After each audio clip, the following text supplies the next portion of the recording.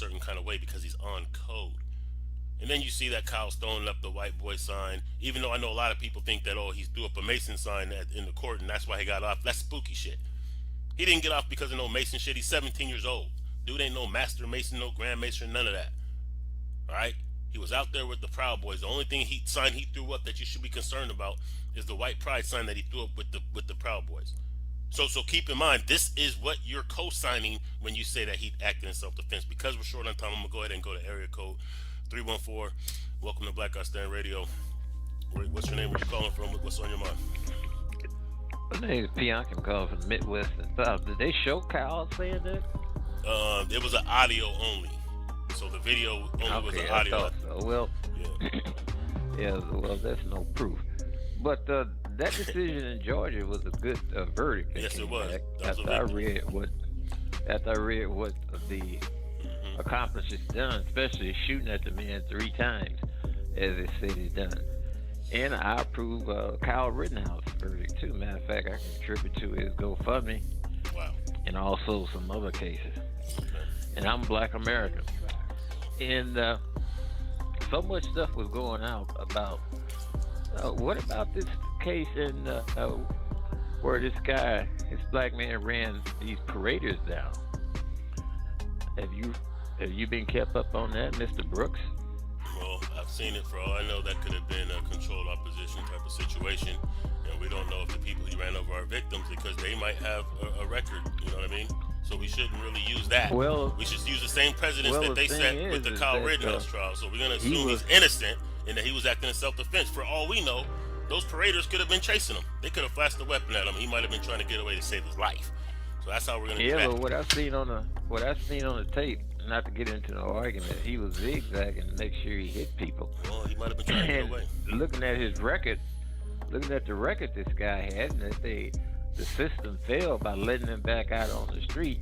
And Nevada, what did he do? Had impregnated a 15-year-old. But one other thing, the number 2,919, 382, and 178. That's the number of black youth. Blacks has been shot by other blacks in Chicago. No white police shooting. 382 murders in 178 days since Memorial Day. And the people, it looked like the authorities not doing anything of substance. That there is a tragedy. Well, that is a tragedy. You're right, it is. However, but you have to understand is that white people kill each other at the same rate. Asian people kill each other at the same rate. The only time it's an issue, the only time it's made an issue is when they label it black on black, and that is only to undermine our legitimate cries for justice. You never hear anyone say white on white crime. You only hear black on black crime. But blacks don't kill each other at a higher rate than any other race. That's an environment issue. So I do agree that is something that we have that we have more control over and that we should, do something about, and has been doing something about, because these numbers have been down the last 20 years. But I don't want to get into the... I'm going to tell you, and I'm not, like I said, I ain't for the argument, but I've watched this for a long time. Ain't no ethnic group killing like that. Yeah, they are. The numbers are the numbers. The statistics are the statistics. There's no ethnic group killing like that. And I've been around a long time. Well, never have I seen that. That's so because anyway, you don't see it on TV. Call. Okay, I'll do that. But that's a good example right there, what was stated with the black on black crime narrative. And that's a narrative that is exclusively used for us.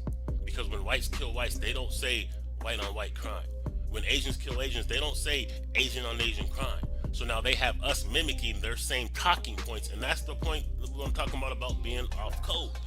I don't want to disrespect that brother, because I recognize that brother. He's called in, he's been a supporter of the show for years, but I flat out disagree 100% with pretty much everything he said.